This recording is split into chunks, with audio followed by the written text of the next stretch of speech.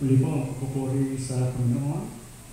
Nakasama-sama tayo muli, malusog, malakas, buhay. Salamat sa ating ginawang special number kayo na sama-sama at sa special number na inihulog sa atin ni Brother Ludwig. Purihin ng Panginoon, lahat ito ay para sa Panginoon. Sa umagang ito, ako po yung naatasan na bahagi sa inyo ng salita ng Panginoon. Kaya po bilang lingkod ninyo, bilang alipin ninyo, bilang alila ninyo, ako po ay handang maglingkod sa magitan ng mga mensahe na bigay sa atin ng inspirasyon para patuloy na makapanambahan, para patuloy na makapaglingkod sa ating Panginoon. Kanina po wala akong laptop. Kaya anong nangyari? Dito ako nakatingin. Nahirapan din ako basahin kasi maliit yung nagawa ko kanina. Pero pinalaki na yata nila. So, at nawawala yun. Kaya ang nataas sa atin, kasabay ng ibang mga tagapagsalita natin ay worship. Ang pinaka meaning ng worship na hindi pwedeng alisin ay yung worship in spirit and truth. Pagsamba sa spirit at katotohanan. Pag hindi po ganun ang pagsamba, hindi worship yan. Yan ay ritual lang. Kailangan ng pagsamba po ay worship in spirit and truth. Kaya po, ito po yung magiging mensahe ko sa umagang ito. Since worship ang ating pinag-uusapan, kailangan pag-usapan natin yung tamang worship. At ang tamang worship ay worship in spirit and in truth. Kaya lang, may mga kasama tayo kung minsan, churchgoers, they think of worship as singing hymns and choruses, listening to sermons, partaking in the breaking of bread. Well, worship is a 24/7 activity of man's spirit. Included in worship are thanksgiving. Dahil ito sa mga kabutihan ng Diyos. No? Ang pinagpapasalamat natin yung kabutihan ng Diyos. Lahat ng tinatanggap natin sa araw-araw, mga pagpapalat biyaya, lahat yan kabutihan ng Diyos. And praise. Ano yung praise? For God's greatness. Sabi sa Psalms 100, verse 3 to 5, alamin ninyo na ang Panginoon ay siyang Diyos. Yan pala, pinapilipat na. Hindi ko nagagamitin ito para kanina, ang hirap. Pero anyway, pagka kailangan pa rin, gagamitin ko pa rin. Pero kabisado na yata na-share yung mga paglipat-lipat na. Alamin ninyo na ang Panginoon ay siyang Diyos, siya ang lumalang sa atin at tayo kanya. Tayo kanyang bayan at mga tupa ng kanyang pastulan. Why is God great? Kasi siya yung lumalang sa atin. Kaya tayo nandito. Kaya tayo kikita-kita. Kaya tayo masaya. Kaya tayo meron kagalangan lagi sa ating mga puso. Kaya tayo mga pangarap. Kaya tayo maligaya ang ating buhay. Dahil nilalang tayo ng Diyos. At hindi lang tayo nilalang, nilagay tayo sa isang tahanang napakaganda. Nilalang din yan. Kaya lahat galing sa Diyos. Kaya siya great. Kaya dapat siya purihin. Diba? Ang pagpupuri ay para sa katakilaan ng ating Panginoon. Magsipasa kayo sa kanyang mga pintuang daan na may pagpapasalamat. So kasama sa pag-worship yan, pagpapasalamat. At sa kanyang loob na may pagpupuri. Kaya pagpapasalamat sa kabutihan ng Diyos at yung pagpupuri sa kanyang katakilaan. Magpasalamat kayo sa kanya at purihin ninyo ang kanyang pangalan. Sapagkat ang Panginoon ay mabuti at ang kanyang kagandahang loob ay magpakailanman. At ang kanyang pagkatapat ay sa lahat ng salit-saling langit. Bakit tayo nagpasalamat? Sapagkat ang Diyos ay mabuti. Bakit mabuti? Lahat ng ginagawa niya para sa kabutihan natin. Bakit siya dakila? Sapagkat siya ang lumalang sa atin. At ang kanyang kagandahang loob ay magpakailanman. At ang kanyang pagkatapat ay sasalit-saling dahil. That's why He is great, and that's why we should praise Him.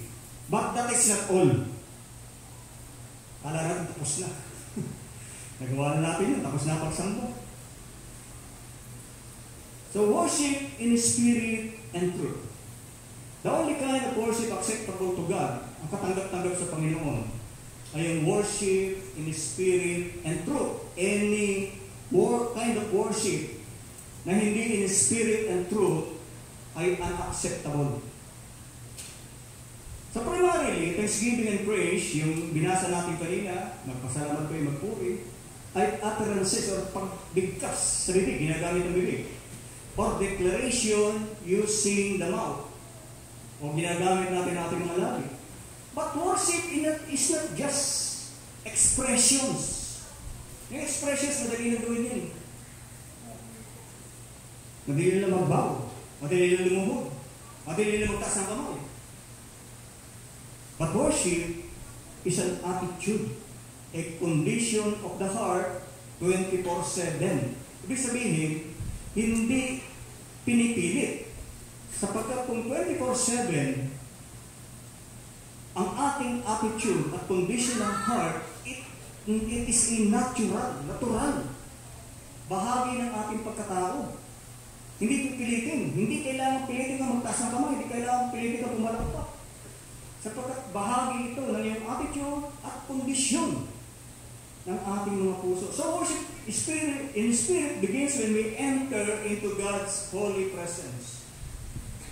Ang tunay na pagsamba sa Espiritu ay yung pagpasok sa kabanalan ng Diyos. God's holy presence with the right condition of the heart or spirit. Yung pong heart and spirit closely related yan. Halos synonym yan. Makikita natin mamaya. And only when we have entered into God's holy presence, then and only then can we begin to truly worship God. Kung wala tayo sa kanyang holy presence, hindi yan worship.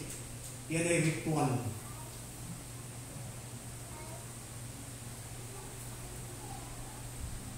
God's holy presence is not about a physical location. Ano yung sinasabi natin God's holy presence? Sabi ng mga Hudyo, di tayo dapat sumamba sa Jerusalem kasi nandiyan ang presence ng Panginoon. Sabi naman ng mga Samaritana, ito kayo sumamba sa bundok ni Jacob. Yung sa, malapit ko sa Jacob's Well. Kasi nandito ang presence ng Panginoon. Parehong mali.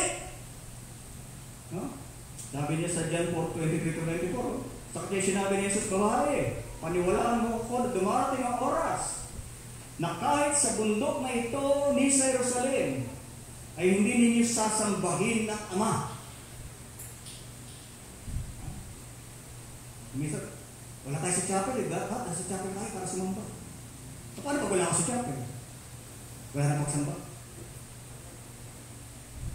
It's not about the place. Kaya kung ang pagsamba dito lang, it's ritual. Hindi ang pagsamba.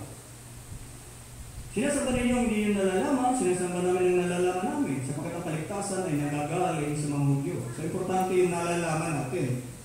Kasi pag hindi natin nalalaman, mali yung pagsamba. It's not worshiping in truth. Kailangan ng pagsamba ayos sa katotohanan.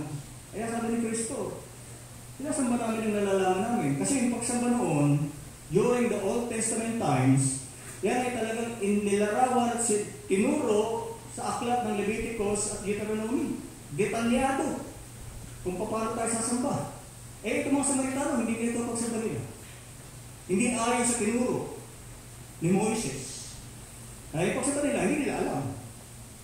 Mali yung pagsamba. And it is not worshiping in truth. Kaya hindi wala kabulang yung pagsamba nila. At that time, ang may kabulang pagsamba, yung pagsamba ng mga Hudyo. Kasi tama. At this time, pag hindi natin alam ang paraan ng pagsamba, it is not worship at all. Ang pagsamba hindi natulad katulad nito, ng panahon na ito. Tama noon yun, yung Old Testament worshiping. May banda malaki, may mga instrumento, Maraming mga choir, bongga. Ngayon, hindi na ganun ang pagsamba. Wala na sa ganun. That was Old Testament times, worshiping. Hindi sa panahon ng Kristyanismo. So ito yung pag-aaralan natin ngayon. Ano yung pagsamba sa panahon ng Kristyanismo? Dapat dumarating ang oras. At ngayon nga, nasasambahin ng mga tunay na mananamba. Tunay na mananamba. Kasi may fake na pananamba. At mga may fake na mananamba. Sapagkat hinahanap ng Ama ang mga gayon na maging mananamba sa Kanya. Ang Diyos ay Espiritu at sa Kanya nagsisamba ay kinakailangan magsisamba sa Espiritu at katotohanan. But how can we worship in Spirit and truth? Importante po yan. No? Kaya yung next slide, yan, ako na. Yan. Natupad yung sinabi ni Kristo. Hindi na sa Jerusalem ang pagsamba. Kaya ang ginawa niya sa Jerusalem, winasak niya. Para wala na mga samba doon. Yan sabi niya. Hindi na sa Jerusalem, hindi sa bundok na ito ang pagsamba. At natupad yung kanyang sinabi. Kaya nung year 71 AD, hindi ko alam kung ano yung CE. Kinopya ka lang ito sa ang tawag ko? Encyclopedia Britannica. Kinopya ko lang ito. Nung year 70 to 71 AD, when the great city of Jerusalem, yung naka-bold, was sacked and vast riches of its temple plundered. Nawasak, hanggang ngayon, nawasak yan. Kaya itong nakikita niyo niya, hanggang ngayon, hanggang pa yan. Kaya anak ko na ng picture. Sabihin, tama yung sinabi ni Kristo. Darating ang panahon, hindi na kayo sasambot yan. Sapagkat hindi na yan ang lugar ng pagsamba. So God transferred the requirements for worship from a physical location sa bundok, malinga yung bundok, o Jerusalem, to a spiritual condition. Ito na ngayon yung tamang pagsamba. Hindi na sa lugar ang pinag-usapan, kundi yung spiritual condition. And that spiritual condition is worship in spirit and truth. Pagka hindi ganyan ang pagsamba, at tayo naniniwala na may lugar-lugar pa ang pagsamba, may oras pa ang pagsamba, may tamang mga step by step ang pagsamba, dapat may mga instrumento pa, okay lang yan, nakakatulong sa pagsamba. But in itself, that is not worship. In itself. Sapagkat ang pagsamba hindi yan. Ang pagsamba ay espiritu at katotohanan. Although nakakatulong yan. At hindi natin aalisin yan. Sapagkat masaya pag kami tugtugan. Diba? But in itself, that is not worship.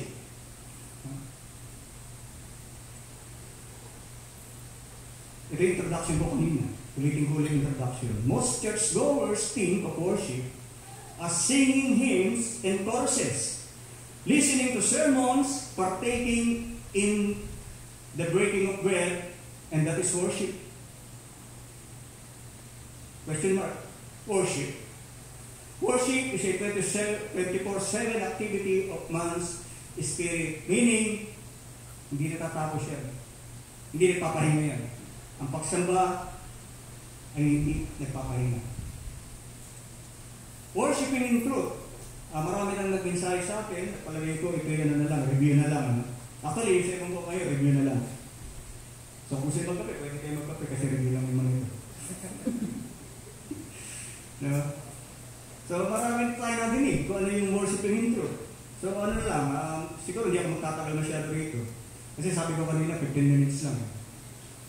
Anything that is not truth will be excluded from God's presence. Anything that is not truth, anything that is a lie, will be excluded from God's presence. Kaya yung pagsamba natin mali, that is not true.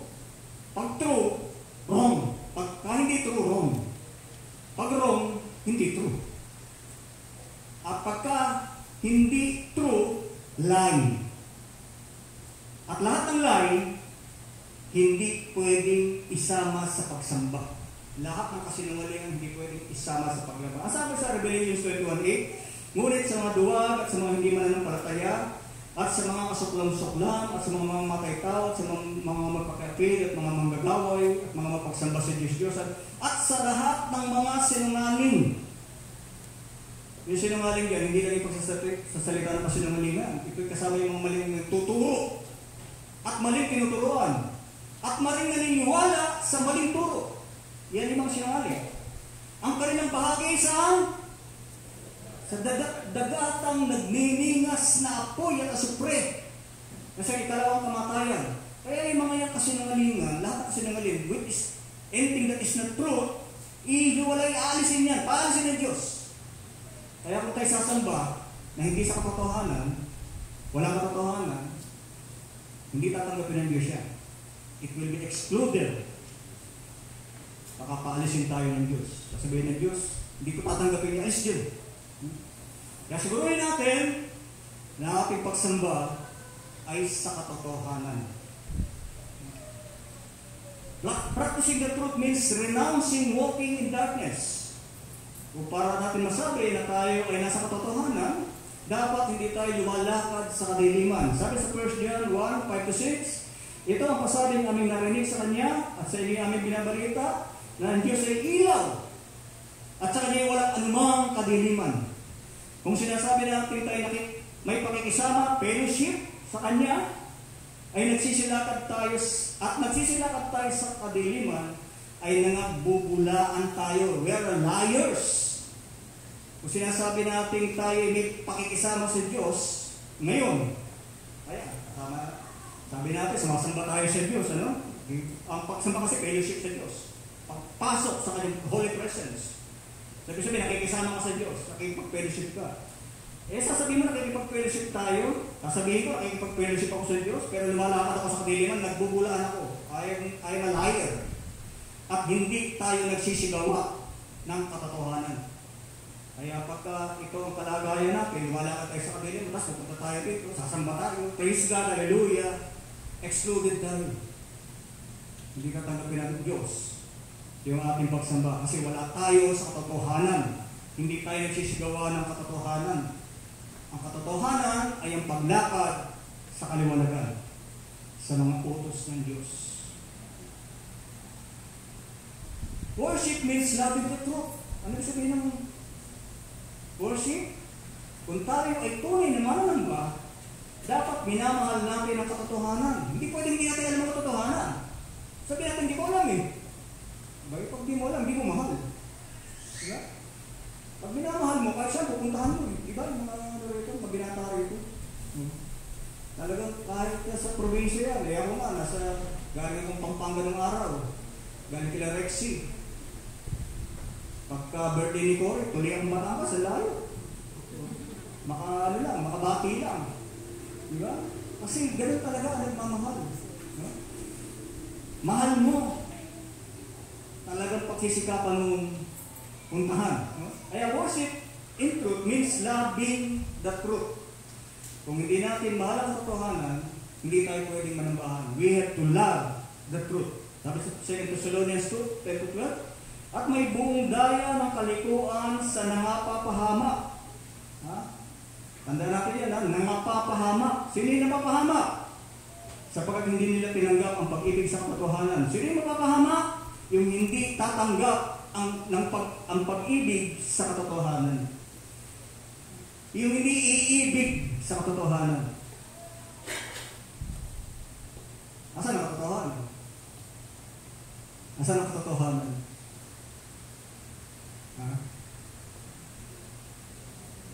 Ano sabi ni Kristo? Ako ang daan, ang katotohanan at ang buhay. Sino man hindi makakarating sa Ama, kundi sa magitan ko. Paano magiging katotohanan sa atin si Kristo? Yan ang tanong. Paano magiging katotohanan sa atin si Kristo? Basta pa sinabi natin, Lord, I believe na ikaw ang katotohanan. Yun na yun? Paano magiging katotohanan sa atin si Kristo? Ano sabi sa John 8:31? Pwede pakiclass? Wala rito sa outline ko. Naisip ko naman yung mga gato. Yan, ano sabi ni Kristo? Sinabi nga ni Jesus sa mga Hudyong yaon na nagsisisampalataya sa Kanya, kung kayo'y magsisipanatili sa aking salita, magsisipanatili sa aking salita, kung gayon, tunay nga kayong mga alagad ko. At kung kayo'y tunay na mga alagad, ano ang price natin? At inyong makikilala ang katotohanan. At ang katotohanan magpapalaya sa inyo. Asan ang katotohanan? Na kay Kristo. Paano napapapa sa atin yung katotohanan ni Kristo? Kung tayo mananatili sa Kanyang salita. Kung tayo mananatili sa Kanyang salita, makikilala natin ang katotohanan. Nandun ang katotohanan sa salita ni Kristo. Tayo ba ay nagsisikap na papag-aralan, matutuhan, maisapuso ang salita ni Kristo? Kung hindi tayo nagnanais, wala tayong sikap na pag-aralan ang salita ni Kristo, hindi tayo tunay na alagad. Kung tayo hindi tunay na alagad, hindi natin makikilala ang katotohanan. Kaya po yung mga tunay na alagad ni Kristo, ito yung nakakakilala sa katotohanan. Kahit sabihin ko ng mga tao, ako'y alagad ni Kristo. Kung hindi mo alam ang katotohanan, wala ka naman parang sa Kanyang salita. Hindi mo naman mahal ang salita. Hindi mo mahal ang katotohanan. Hindi tayo kay Kristo at wala sa atin ang katotohanan. At hindi tayo pwede manambahan. Sapagkat ang pagsamba ay pagsamba sa Espiritu at katotohanan. Sabi rito, balikan natin sa 2 Thessalonians 2:12. Bakit sila mapapahamak? Sapagkat hindi nila tinanggap ang pag-ibig sa katotohanan na nasa salita ni Kristo. Upang sila ay mga ligtas. Walang kaligtasan. Sorry to say. Walang kaligtasan kung tayo'y walang pag-ibig sa katotohanan. Yung mga sasabi yan, okay lang yan. Yung mga nagsasabi gano'n, gusto lang nila feel good. Feeling good. Para marami magbigay. Pero dapat sabihin natin ang katotohanan.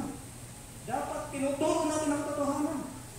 Na ang wala sa katotohanan, walang pag-ibig sa katotohanan, mapapahamak at hindi maliligtas. Yan ang sinasabi diyan. Napakaliwanag ng katotohanan. At dahil dito ipinadala sa kanila ng Diyos ang paggawa ng kamarihan upang magsipaniwala sila sa kasinungalingan. Kung ano naman umibig sa katotohanan, ang ibibigay sa atin ng Diyos kasinungalingan. Yun ang gusto niyo, di sige. Kaya maraming tao, puro nasa kasinungalingan. Kasi walang pag-ibig sa katotohanan. Ang ginagawa ay mali. Kasi naniwala sila sa kasinungalingan. Ayaw nila ng katotohanan. At sabi sa verse 12, ito napakahalaga, upang mga hatulan silang lahat na hindi nagsisisampalataya sa katotohanan. Ang may kahatulan, yung hindi sumasampalataya sa katotohanan. So sa atin, ibigin ang katotohanan, dapat sampalatayahan natin ang katotohanan. Kung hindi, malulugod tayo sa kalikuan. Most churchgoers think of worship as singing hymns and choruses, listening to sermons, partaking in the baking of bread. But worship is a 24/7 activity of man's spirit. Ano yung worshiping in the spirit?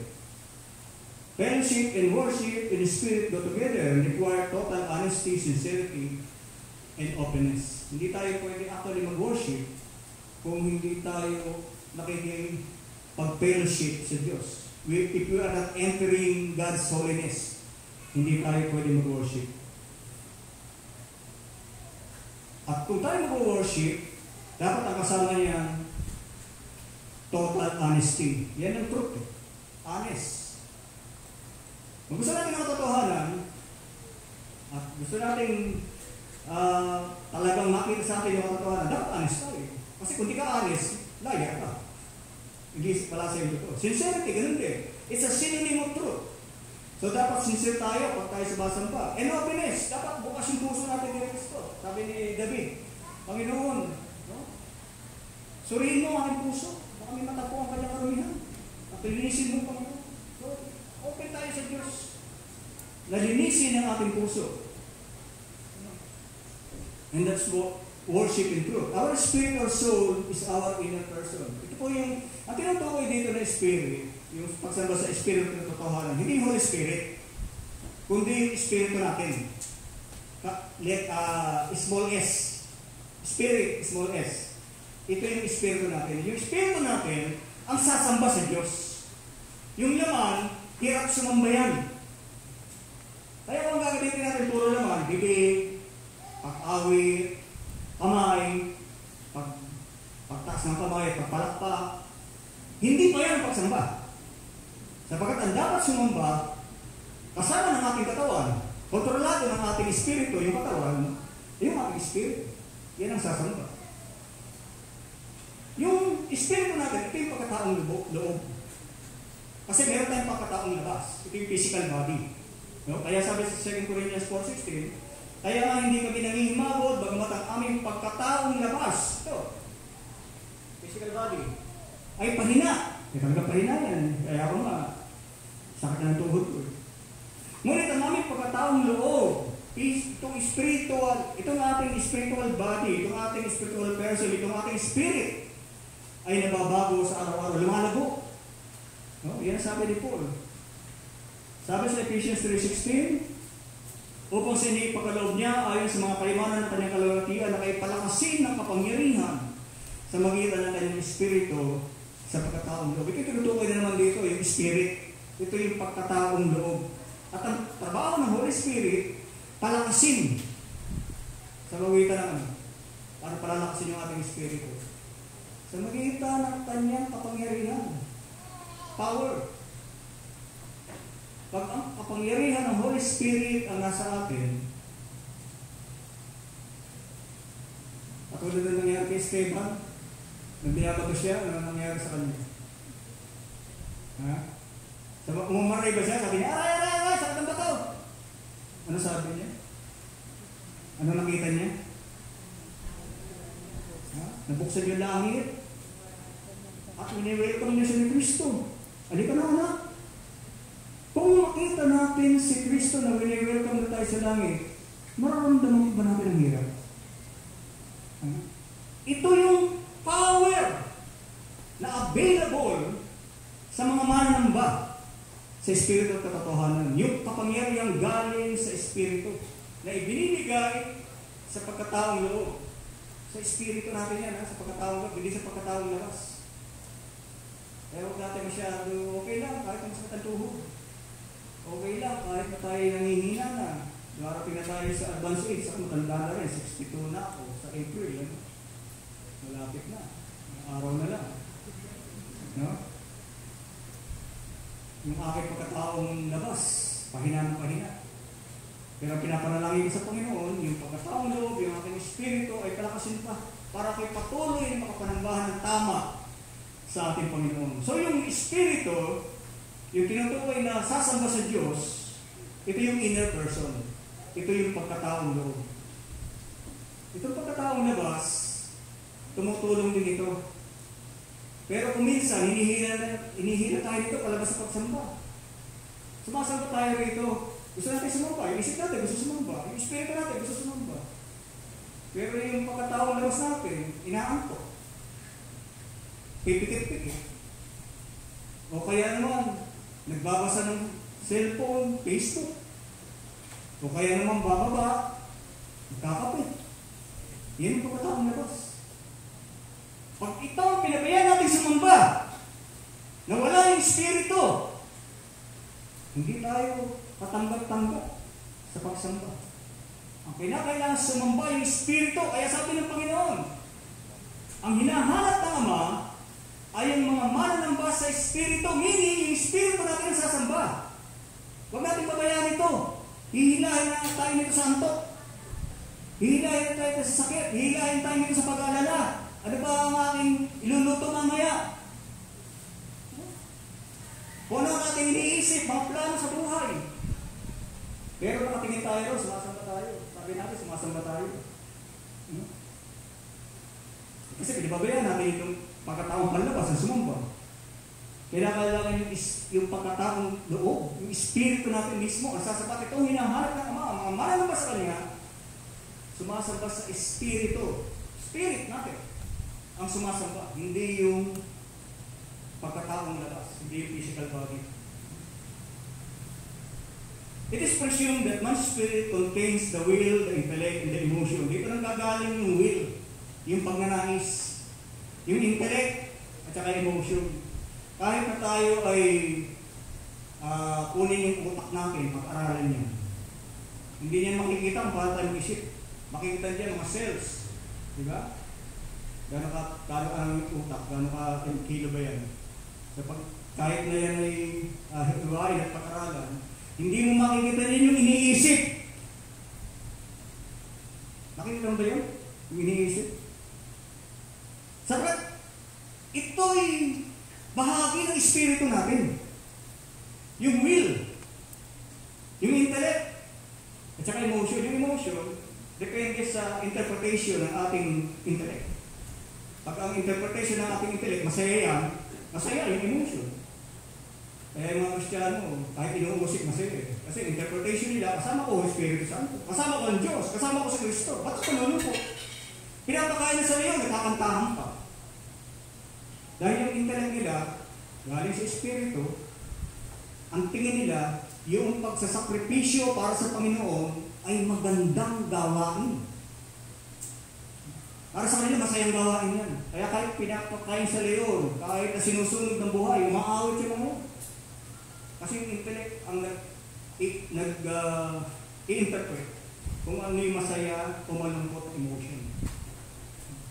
So ito yung expression that the man's spirit contains the will, the intellect, and the emotion. That's why it is called the heart. Kaya sabi ni Kristo, sabi ng Panginoon, ibigin mo ng Diyos ng buong puso. Ano yung buong puso? Buong espiritu. Yung puso at saka espiritu, yung spirit, yung heart, yun ang sinasabi natin yung taglay emotion. Pero actually, that is the spirit na nag-interpret ng emotion. Kaya pag sinabi natin, ibigin mo ang Diyos ng buong puso, ibig sabihin yung buong espiritu natin, sinusuko natin sa Diyos. Sabi rin sa Romans 7:40, sapagat nalalaman natin ang utusay sa espiritu, ngunit ako'y sa laman na ipinagbili sa ilalim ng kasalanan. Sabi gano'n, saan daw yung utusan? Sa espiritu, hindi sa laman. Saan ilalagay yung utusan sa laman? Sa puso? Paano ilalagay yung utusan ng Diyos sa puso? Sa utak? Puro cells yan. Wala din yung iniisip. Although ginagamit natin yan sa pag-iisip. No? Pero yung mismo pag-iisip, sa espiritu yan. No? Kaya yung kautusan sa espiritu. Ngunit ako'y sa laman. Iba yung laman. No? Na ipinagbili sa ilalim ng kasalanan. Yung espiritu, gusto sumunod sa Diyos, sa kautusan ng Diyos. Pero yung laman, ayaw. Experience ko yan. Yung kakaila, gusto ng isip, ayaw ng laman. Malakas ang katawan, mahina ang espiritu. Baliktad. Pero ganun ang tao eh. Dapat malakas ang espiritu, mahina ang laman. Ang problema sa atin, malakas ang laman, mahina ang espiritu. Kaya yung utusan, hindi rin magawa. Kasi pagka ang espiritu hindi sumunod sa utusan, ang laman susunod, lang hindi susunod. Ngayon, compare this with sa naunang verse. Itong verse na to, yan, yung verse na yan. Tignan natin yung, compare natin yung sa naunang verse. Datapot nakikita ko ang ibang utusan sa aking mga sangkap na nakikipagbaka laban sa utusan ng aking pag-iisip. Kanina, ang utusan daw ay sa espiritu. Ngayon naman, ang utusan ng aking pag-iisip. Ngayon naman, pag-iisip. Kasi yung espiritu at pag-iisip, closely related. Closely related. Kaya pag sinabi natin espiritu, yan ang naglalaman.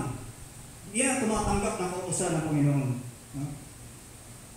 Ngayon, yung kautusan ng ating pag-iisip, yung ating espiritu, nakikipagbaka. May war ongoing. May gera na nangyayari sa loob mismo natin. Nakikita ko ang ibang kautusan sa aking mga sangkap na nakikipagbaka laban sa kautusan ng aking pag-iisip. Yung kautusan ng laman, nakikipagbaka sa kautusan ng ating pag-iisip. Gusto ng pag-iisip natin sumamba. Gusto ng laman natin matulog. Gusto ng kaisipan natin sumamba. Ang gusto ng laman natin, tumayo, maglakad-lakad. Para mawala yung ito.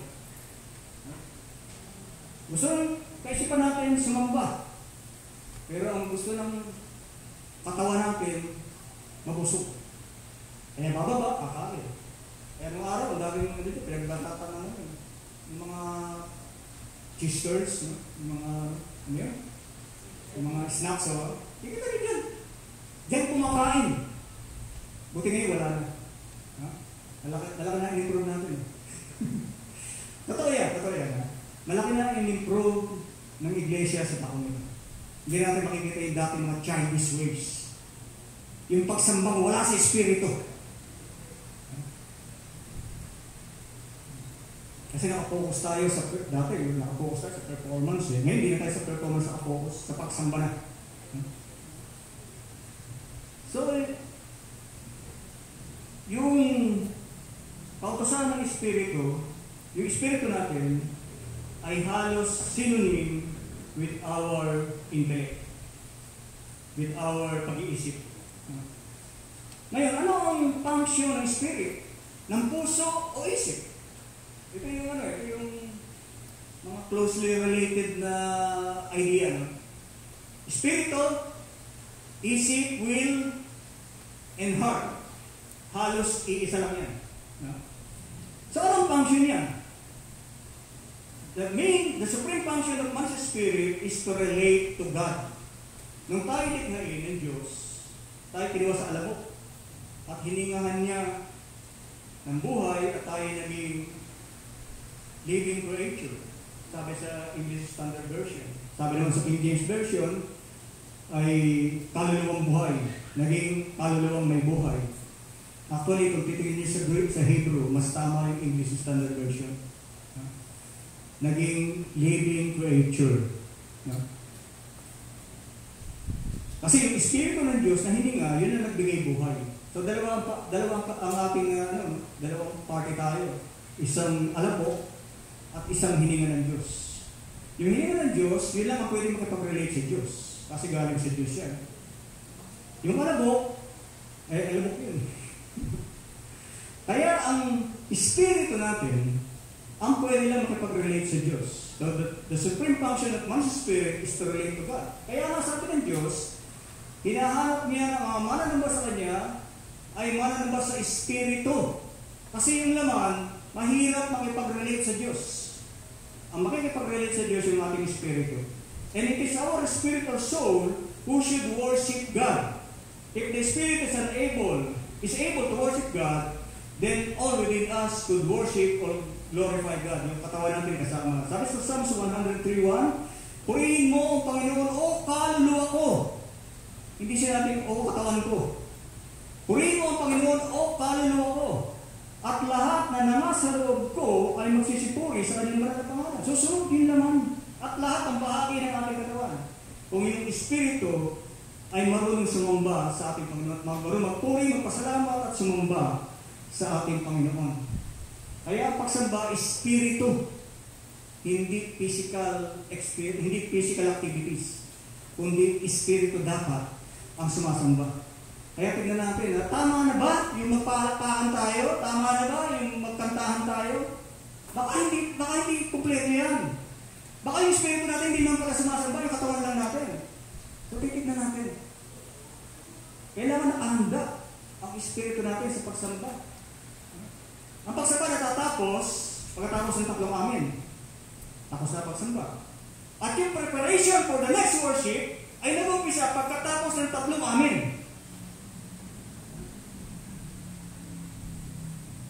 Kaya kailangan laging handa ang ating espiritu sa pagsamba. 24/7. Kaya ang sasamba, sabi, magpupuri daw sa Panginoon yung kaluluwa ko. Kasi yung katawan talagang talagang mahirap magpuri yan. Ang hinahanap niya yung kasiyahan. Hindi yung kalooban ng Panginoon. Ang hinahanap niya yung kabusugan. Ang hinahanap niya yung kapahingahan.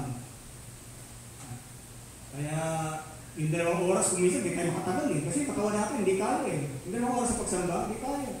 Ang dapat pagsamba, 24 hours eh. Pero 2 oras lang, di pa kaya eh. Tatakbuhan eh. Di ba, pagkatapos, di pa tapos yung 3 oras, takbuhan eh. Tingnik eh. Kasi hindi na kayang magsakripisyo. Yung katawan hindi kaya magsakripisyo. Ayaw natin asahan yung katawan natin. Kailangan handa yung kaluluwa. At pag yung kaluluwa ay ready, susunod yung katawan. Lahat na nasa loob ko ay magsisipuri sa kanyang banal na pangalan. Tingnan natin ay ang tinatalakay natin dito. Ano yung pagsama sa Espiritu? At dapat naintindihan natin. Hindi katawan. Although ginagamit natin yung katawan, ilagay natin, tinga natin, mata natin, patingin ng projector, ginagamit natin yan. Pero ang dapat naglilid sa pagsamba yung Espiritu. Hindi pwedeng katawan lang. Kasi maaaring hindi pagsamba yan. Maaaring ritual lang yan. Ang ginagawa ng katawan, ritual. Kung ano yung nakasanayan, tradisyon. Yan, yun ang ginagawa ng katawan. Sabi sa Ephesians 2:1, at kayo binuhay niya, could anyone worship in the Spirit? Pwede ba lahat sumamba sa Espiritu? Gamit ang Espiritu? Hindi po. No. Because when man sinned, his spirit was cut off from the fellowship with God and died. Kaya po yung ating mga Espiritu, nung tayo magkasala, naputol yan sa relasyon sa Diyos at namatay. Kaya yung mga wala pa sa Panginoon at hindi pa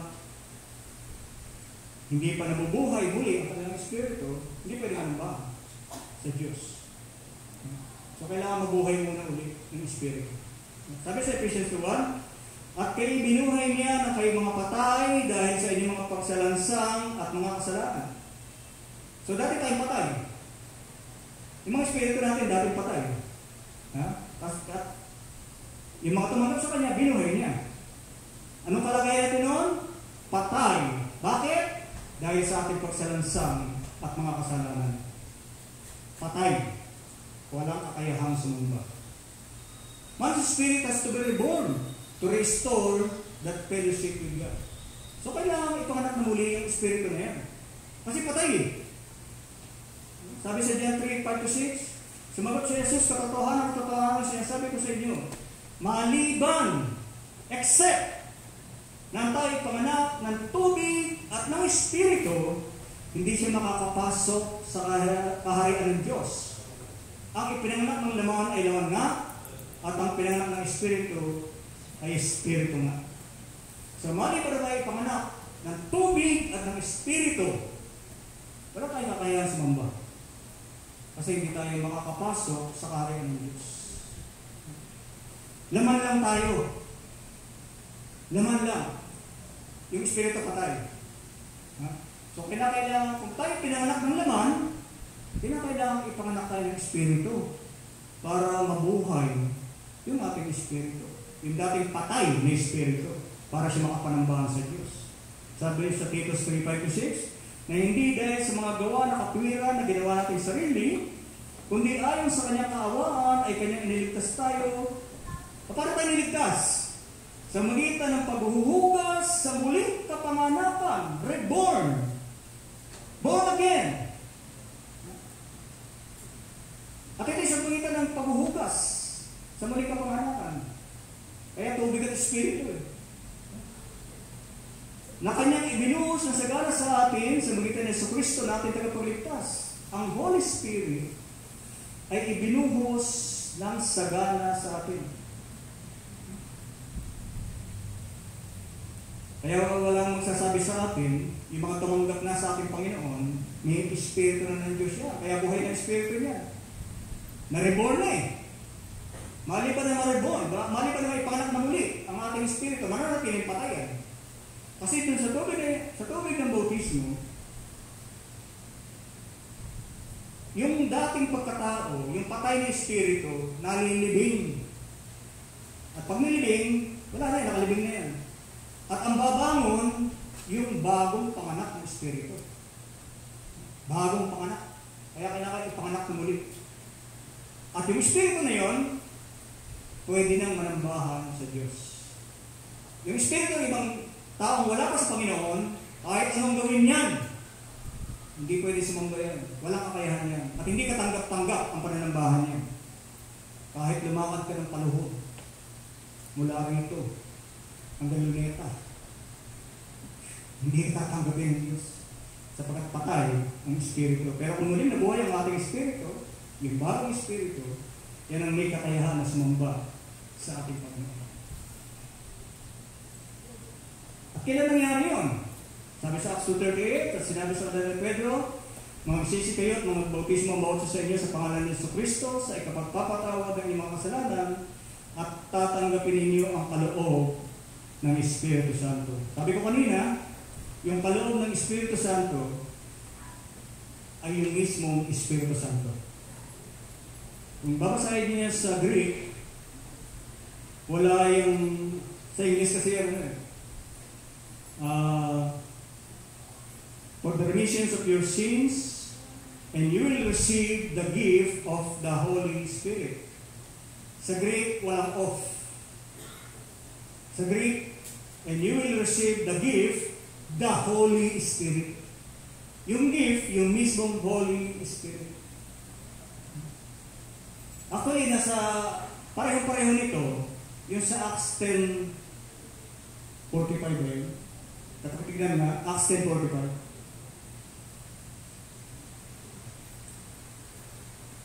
May Bible nga pala ako ito. Acts 10:45. Yan pareho-pareho niya. Same na same sa Greek.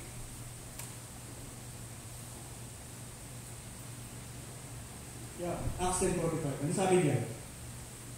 At silang sa pagtutuloy na nagsisapalataya ay nangangagang lahat sa nagsikarong kasama ni Pedro. Okay? Sapagkat ibinuhos din naman sa mga hintil ang kaloob ng Espiritu Santo. Ang kaloob na Espiritu Santo. Ang kaloob, yung Espiritu Santo. Hindi kaloob ng Espiritu Santo. Ang mismo tinanggap natin during baptism, yung gift, the Holy Spirit Himself, ang ating tinanggap. Kaya nabuhay yung ating Espiritu. Kasi nandun yung Espiritu Santo. Siya yung bumuhay sa ating Espiritu. At yan, tinanggap natin ng anong pagkakasabi ron? Tinanggap natin ng sagana. Hindi tinipid ng Diyos. Yan yung nabubuhay sa atin ngayon. Ang problema lang, kung minsan, tinitikis natin yung Holy Spirit. Sabi sa Ephesians 4:30, di ba? Huwag niyong pignatiin yung Espiritu. O minsan, pinipignatin natin. Sabi sa 1 Thessalonians 5:19, huwag niyong patay ng niwas yung Espiritu Santo. Eh kung minsan pinapatay natin. Kaya minsan nahina na yung Espiritu natin. Natatalo ng laman. Ba't natatalo ng laman? Kasi yung Holy Spirit na nagbibigay ng kapangyarihan sa ating Espiritu, namamatay yung niwas. Kaya nauwi tayo sa kasalanan. Nahihila tayo ng ating katawan sa kasalanan. Dahil patay ang niwas, yung Espiritu. Huwag natin pabayaan niya. Huwag natin pabayaan niya. Kasi pag ang Holy Spirit, iniwan tayo. Wala nang balikan yan. Huwag natin pabayaan yan. Ha? Ano sabi sa Sa Matthew 12:31-32? Wala sa pangalan ko. Tingnan lang. Wala pa ng alas 12.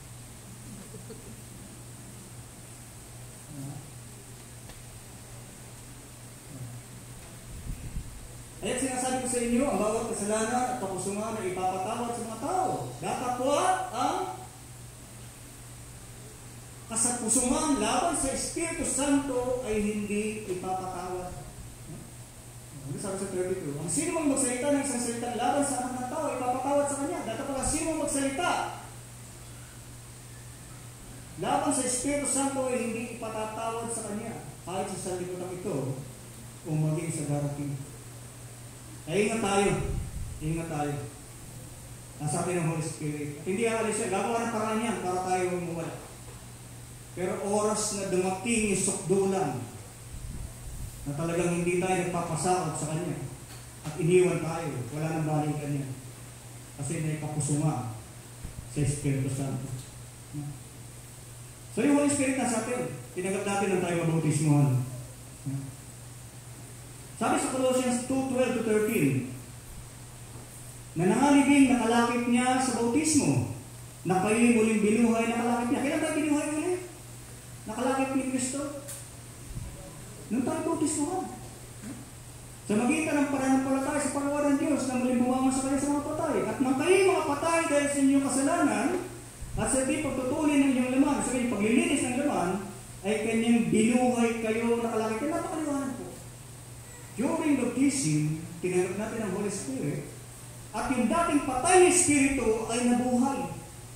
Kaya may kayahan ng manambahan sa Panginoon. Pero yung hindi pa nabubuhay ang Espiritu, nananatiling patay, sapagkat wala pa sa kanyang Panginoon, hindi pa niya tinatanggap, hindi pa siya sumasampalataya, hindi pa nagpapahayag ng kanyang pananampalataya, hindi pa nagsisisi.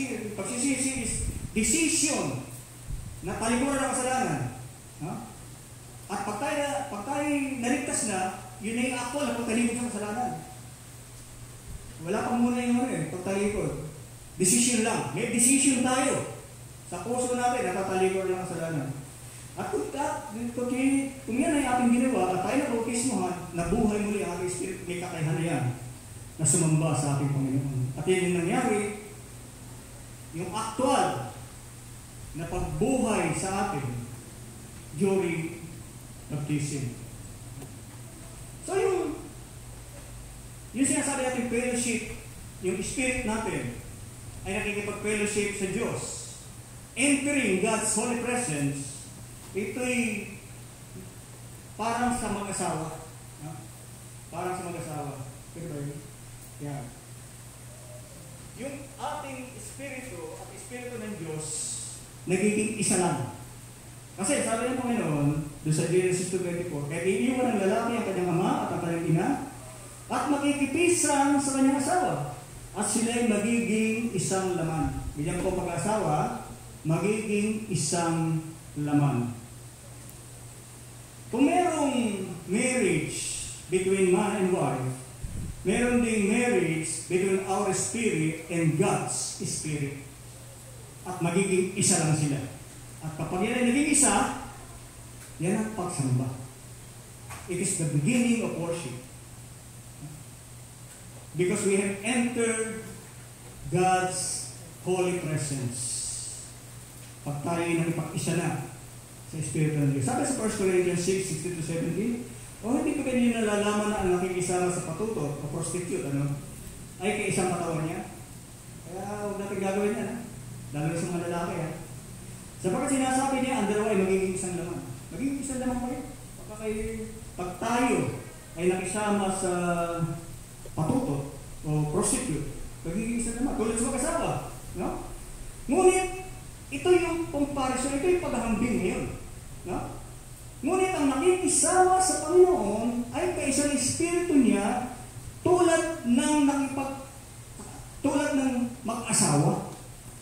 Kung tayo ay naging isang laman, kapag tayo naging mag-asawa, gayon din kung tayo ay nakikisa sa Espiritu ng Panginoon, kaisang Espiritu ng Panginoon, ang ating Espiritu at ang Espiritu ng Panginoon ay tulad sa mag-asawa. Nagiging isa lang. Nagiging hindi na isang laman, kundi isang Espiritu. At kapag ka nangyari yan, that's the time na tayo ay nananambahan na. Kung wala yan, katawan lang ang ginagamit natin, bibig lang ang ginagamit natin, kamay lang ang ginagamit natin, wala pang pakikipag-isa sa Espiritu ng Diyos. Ang pakikipag-isa sa Espiritu ng Diyos ay tulad, ang pakikipag-isa sa Espiritu ng Diyos ay tulad sa pakikipag-isa sa mag-asawa. And that is worship in the Spirit. Yun ang pagsama sa Espiritu. Entering into God's holy presence, a spiritual union as in marriage with the Lord.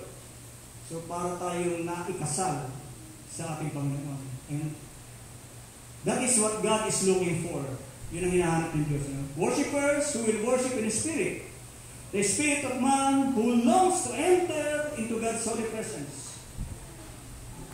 The spirit of man who totally surrenders his will, his intellect, and his emotion to God.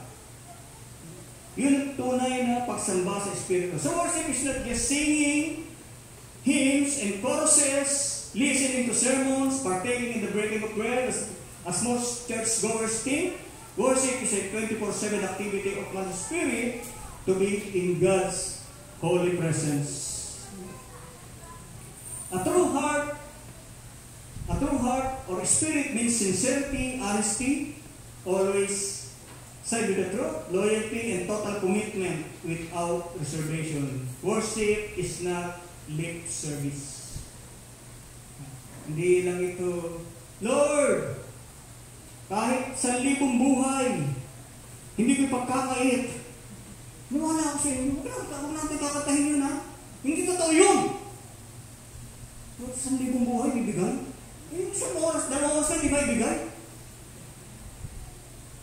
Minsan magkakanta natin, walang sense sa Panginoon. 1,000 buhay, bibigay ko sa Panginoon. Lip service! Hindi ako tanggap-tanggap sa Panginoon. Sabi nga, pinakanta natin, talaga nasa puso natin. Talagang totoo. At hindi lip service.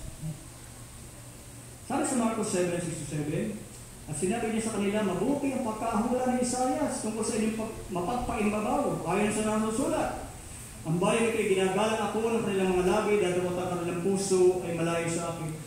Dadapat walang kabuluhan ang pagsama nila sa akin na nagtuturo ng kanilang pinaka-aral ng mga utos ng mga tao. Tandaan natin, ha? Ang bayan ito ay ginagalang ako ng kanilang mga labi. Parang tayo, no? Todo-todo pagkanta, Lord, kahit 1,000 buhay ang ibibigay. Ha? Pero yung puso, yung espiritu, malayo sa Diyos. Hindi niya kaisa. Walang union.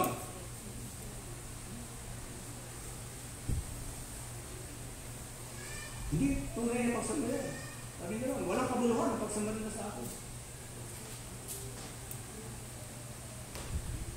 This kind of worship is just hypocrisy. A religion without a heart. Hypocrisy lang yan. Kaya basa natin yan. Alam ko dito, tayo yung mga tunay na mananamba. Sumasamba tayo sa Espiritu at katotohanan. At hindi tayo ganyan. Kasi sumasamba sa atin yung mismong Espiritu. Hindi lang yung labi natin. Hindi lang yung kamay natin. Kundi yung mismong Espiritu natin ang sumasamba sa Diyos. So, ito mga payo lang. Meron ako ilang payo dito. Pwede yung dagdagan. Kasi ito lang yung naisip ko. No? Para tayo ay makapanambahan ng tunay na mananamba. Para yung espiritu natin, ang tunay na sumasamba, hindi yung katawan lang natin. Tandaan natin yung katawan, ginagamit natin yan sa pagsamba. Pero yan ay kung natalo na natin ang ating laman. Pero hindi pa natin natatalo ang ating laman, ito pa rin nag-aari sa atin. Wala, dadalhin lang tayo niya sa pagtulog, pagbabasa ng Facebook, pag-inom ng kape. Yan lang ang dadalhin sa atin, ng katawan natin. Pero kung ang espiritu natin, natalo na natin ang ating laman, yan ang tunay na pagsamba sa Panginoon. So, paano natin matatalo ang ating laman? Ito po yung mga ilang suggestion ko. No? Enter God's presence with a true and clean heart or spirit. Sabi sa Psalms 51:10-11, likhaan mo ako ng isang malinis na puso, O Diyos, at magbago ka ng isang matuwid na espiritu sa loob ko. Huwag mo akong paalisin sa iyong harapan, at huwag mong bawiin ang iyong santong espiritu sa akin. So, ang mga gagawin natin, manalangin tayo. Pag-gising pa lang sa umaga. At, in fact, dapat pagkatapos ng 3 amin, umpisan tayo mag-pray. At tuloy-tuloy yan, hanggang sa matapos uli ang 3 amin. Pagkatapos uli ng 3 amin, start na naman tayo ng panalangin. Ang paralangin natin, likhaan mo ako ng isang malinis na puso, O Diyos. At kung nakikita ng Diyos ang ating sincerity, talagang handa tayo isuko ang ating sarili, lilinisin niya ang ating puso. At bibigyan na tayo ng isang righteous spirit, no? Matuwid na espiritu. Kasi kung hindi, baka tayo paalisin sa kanyang harapan. Nandito tayo, sumasamba.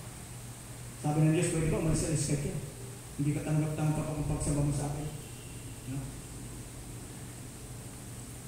And pangalawa, enter God's presence with the fullness of faith. Ito ay napaka-importante po. Kung minsan yung faith natin, hindi stable eh. Pag ganun-ganun eh. Marami tayong alinlangan. Pag tayo nag-alinlangan, hindi faith yan. That is unbelief. Fullness of faith is a decision. Dapat pag-decision tayo. Ano ako yung pag-decision? Na ang Biblia ay salita ng Diyos, hindi ko na pinakinggan ang iba pang nabasa ko. Marami yung binabasa. No? Mahilig ang magbasa ng mga politics, science, at mga novela. Marami doon, karamihan doon. evolution. Ilalayo ka sa salita ng Diyos. Sasabihin sa iyo, yung salita ng Diyos, magagandang kwento yan, pero hindi totoo yan.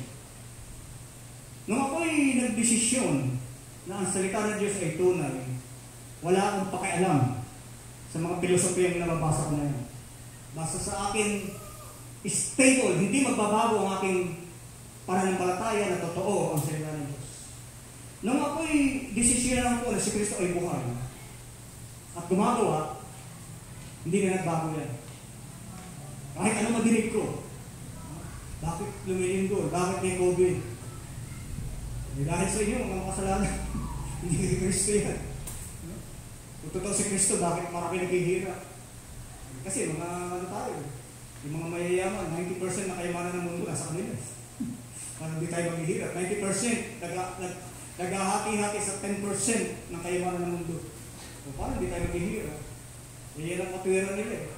Pero nung mag-desisyon tayo na si Kristo ang ating Panginoon, sana walang panigiligo, walang ano tawag doon? Yung pasuray-suray. No? Sabi sa Psalms 119:28, "At aking pinahahalagahan ng matuwid ang lahat ng mga tuntunin tungkol sa lahat ng mga bagay. At ipinagtatanim ko ang bawat sinungaling na lakad." Ang kanyang pinahahalagahan, lahat ng tuntunin ng Diyos. Lahat! Walang exception. Kasi nung siya mag-desisyon na tama ang Panginoon, tatanggapin niya lahat yan kahit anong mangyari. That's faith. Huh? At sa lahat ng mga bagay, that's faith. Hindi yung, maaari totoo yung siguro yung mga portion ng Bible, totoo, may portion na hindi. Hindi pwede ganoon. Pag nag-desisyon tayo kay salita ng Diyos yan. Buong pananampalataya. It's your decision. Bahala kayo. Pero ako, yun ang decision ko. Totoo ang salita ng Diyos. At patuloy kong mamahalin yan. At patuloy kong pag-aaralan yan. Patuloy kong aalamin ang kalooban ng Diyos. Hindi ako mag-aalinlangan sa salita ng Diyos. Sabi rin sa James 1:6-8, ngunit humingi siyang may pananampalataya na walang anumang pag-aalinlangan. Sapagkat yung nag-aalinlangan ay katulad ng isang alon ng dagat ay tinutulak ng hangin at pinapagpat sa magkami-kamila. Sapagkat huwag isipin ng tao na yun na si tatanggap ng anumang bagay sa Panginoon. Ang taong may dalawang akala ay walang tiyaga sa lahat ng kanyang mapaglakad. So, tayo, ano yung sabi ka rito? Enter God's presence with the fullness of faith. Walang alinlangan. Otherwise, hindi tayo pwedeng manambahan. Hindi ka tanggap-tanggap yung ating panambahan. Pangatlo, mayroon pa pala rito. Sa 2 Thessalonians 2:10-12, binasa natin ito kanina, no? At may buong daya ng kalikuan sa nangapapahamak sapagkat hindi nila tinanggap ang pag-ibig sa katotohanan upang sila yung mga ligtas. Ito yung mga nag-aalinlangan. Ayaw tanggapin yung katotohanan. Meron silang sariling katotohanan. Hindi pwedeng ganun. Para sa akin, ang katotohanan yung salita ni Kristo. Wala nang iba. Wala ang sariling katotohanan. At wala katotohanan yung ibang mga tao na marunong. Kahit napakagagaling pa niya mga matatas ang pinag-aralan.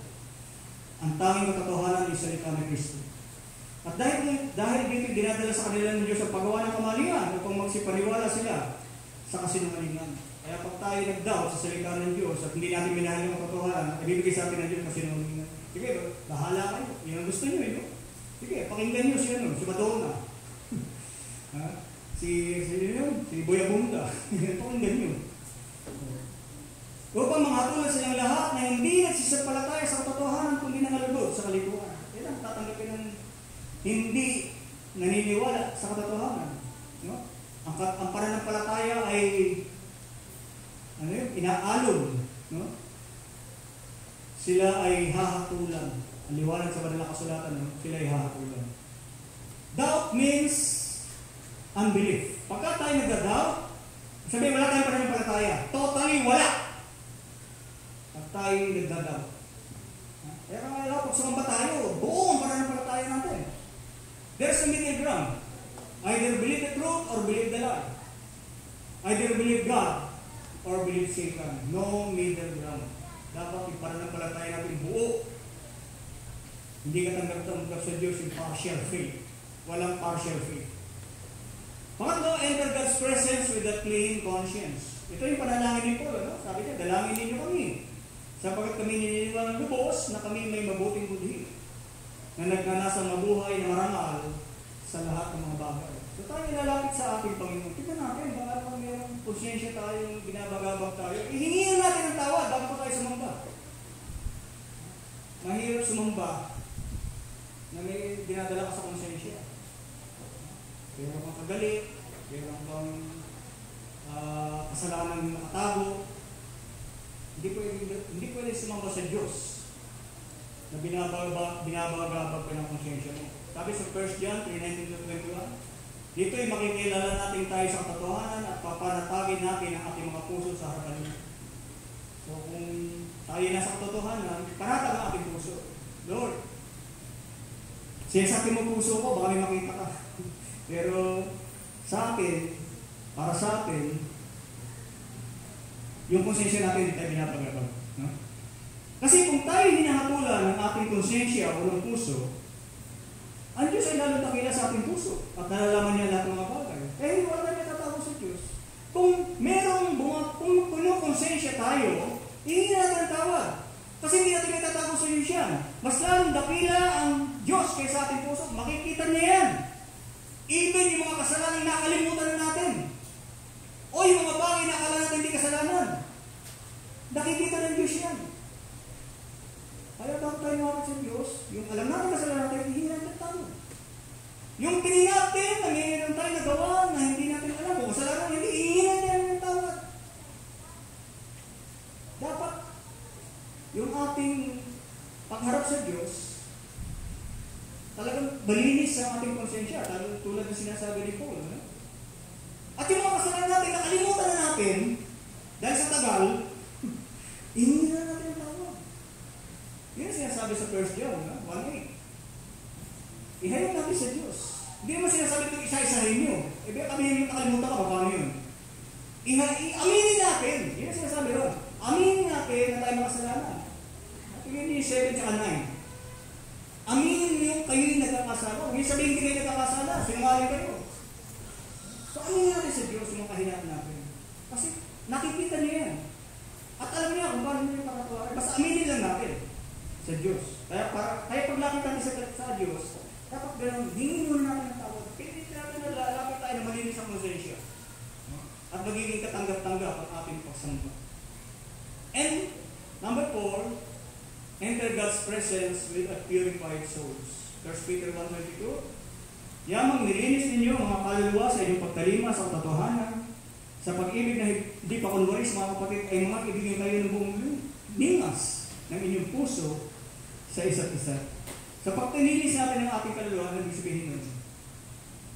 Pagtalima sa katotohanan. Actually, yung paglilinis ng kaluluwa, ito yung resulta ng pagsunod. Kailangan yung obedience. Kailangan obedience. Dito natin malilinis ang ating kaluluwa. Yung sinabi ni Kristo, Ama ko, kung pwede lang, inagpos mo sa akin yung sarong nito. Kasi maghihirap siya, di ba? Yun ang gusto ni Kristo. Lumagpas sa kanya yung sarong. Huwag na siya ipako sa cross, huwag nang mahiwalay yung sa kanya. Pero ano sabi niya? Masunod ang kalooban mo, huwag niyo sa akin. And that is obedience. So para natin malinis ang ating kaluluwa, kailangan yung pagsunod sa Diyos. Otherwise, madumi ang ating kaluluwa. Yung pagtalima sa katotohanan, pagsunod sa katotohanan. At ang resulta nito, yung pag-ibig, isa sa resulta nito, no? At dapat din natin gawin yung pag-ibig na hindi pa kunwarin sa mga kapatid. Sabi sa 1 John 3:3, at ang sino mang mayroon ng pag-asa nito, ano yung pag-asa na yun? Sa verse 2, ito yung makikita natin si Kristo, makakasama natin si Kristo. Sa 1 John 3:2, makikita natin siya ng face-to-face, mukhaan. Kung meron tayong pag-asa niyan, anong gagawin natin dapat? Anong dapat ginagawa natin para masiguro natin makakasama natin si Kristo sa kalangit pagdating ng araw? Naglilinis sa kanyang sarili na gaya niyang malinis. Kasi hindi pwedeng magsama yung marumi at malinis. Pag sinama mo yung marumi sa malinis, pati yung malinis, magkakamoy yung marumi. Kaya hindi ako naglalagay ng pinagbubaran sa mga malinis na dumi. Nakakahawa yan sa amoy. No? So kung nasa atin makita si Kristo na malinis, dapat naglilinis tayo sa ating sarili. Tinitignan natin na hindi tayo nagkakasala. At ito po, humingi po ako ng tulong sa inyo. Kasi dapat lahat tayo nasa paglilinis. Pinipilit natin maging malinis ang ating sarili. At dapat nagtutulungan tayo dito. Ako gusto ko sana maging halimbawa. Pero marami akong kahinaan. Marami akong pagkukulang. Kaya humingi po ako ng tulong, panalangin at paalala. Kung mayroon ng nakakapagsalita, nakakapagbiro, ng hindi maganda, minsan nakaka-offend, pwedeng sabihin, at ako rin sasabihin ko rin, tulungan tayo para masiguro natin naglilinis tayo sa ating sarili. Kasi yung kabanalan, talagang kailangan tulungan niya. Mahirap pag-ibanan sa sarili mo lang na walang tutulong sa iyo. So sana lahat tayo ay nagpaalalahan. Ito yung dahilan kung ba't tayo may fellowship. Ito yung function ng fellowship. Mga aralan sa isa't isa o mga paalalahanan sa isa't isa. Sa gayon, manatili tayong naglilinis sa ating sarili. Piliin natin. Magtulungan tayo. Kasi kung hindi tayo malinis, hindi tayo makakapanambahan. We cannot enter God's holy presence kung tayo ay hindi malinis. At ako, hindi ko sinasabing malinis ako. Kaya gusto ko maging malinis. Kaya tulungan tayo. Tulungan niyo ako. At tutulungan ko rin kayo. Para lahat tayo ay katanggap-tanggap yung ating pagsamba. To have a purified soul, we have to purify our bodies. Kung gusto natin maging malinis ang ating kaluluwa, unahin natin yung katawan. Kaya sabi diyan, binasa natin kanina, huwag tayo makisama sa patuto. Otherwise, maludumihan yung ating katawan. At iba pang mga bagay na paggawa ng kasalanan. Huwag natin gawin. Sumunod tayo sa Panginoon. So conclusion, worship is not just singing hymns and choruses, listening to sermons, partaking in the breaking of bread as most church-goers think. Worship is a 24/7 activity of man's spirit to be in God's holy presence. So on Sundays, we worship together. On 24/7, pagkatapos ng tatlong amen, mag-uumpisa tayo ng panibagong paghahanda after ng tatlong amen. And then we worship on a personal basis through our daily living, walking in the light of in fellowship with one another and with the Lord. 1 John 1:5-7. So God bless us all. Magandang umaga po.